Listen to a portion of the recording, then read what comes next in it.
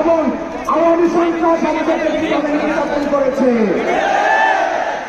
আমরা নির্যাতন, খুন, হত্যা এসব উচ্চারণ করে আজকে যখন ফ্যাসিবাদের বাংলাদেশের প্রতিষ্ঠাতা খুনি শেখ হাসিনা উৎখাত করেছি, তখন থেকেই দেখেছি বিভিন্ন ষড়যন্ত্র চলছে। আমরা অ্যাডমিনিস্ট্রেটিভ কোর্টে গিয়েছি, আমরা জুডিশিয়ারি কোর্টে গিয়েছি, আমরা মিলিটারি কোর্টে গিয়েছি। আমরা খবর পেয়েছি আগামীকাল 15ই আগস্টে আওয়ামী দোসররা, আওয়ামী ফ্যাসিস্ট আবার কু করার জন্য রাস্তায় সংগঠিত হবে।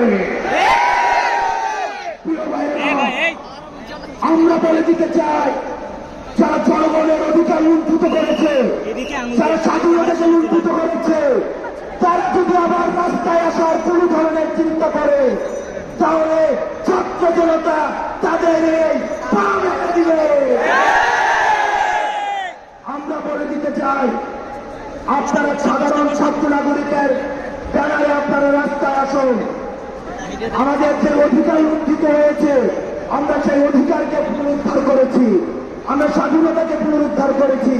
সুতরাং এই ফ্যাসিস্ট গণঅভ্যুত্থানের মধ্য দিয়ে যে ফ্যাসিস্ট পতন হয়েছে, আমাদের এই প্রাথমিক বিজয়কে যতদিন পর্যন্ত আমরা স্থায়ী করতে পারি, ততদিন পর্যন্ত আপনারা রাস্তায় থাকতে হবে।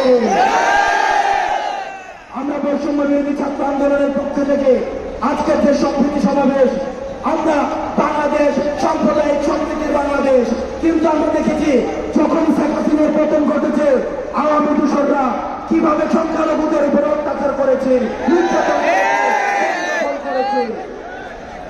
আজকে আমরা এই সমাজ থেকে ঘোষণা দিতে চাই, বাংলাদেশের প্রত্যেকটা মানুষের সবার প্রাথমিক পরিচয় সবাই বাংলাদেশী।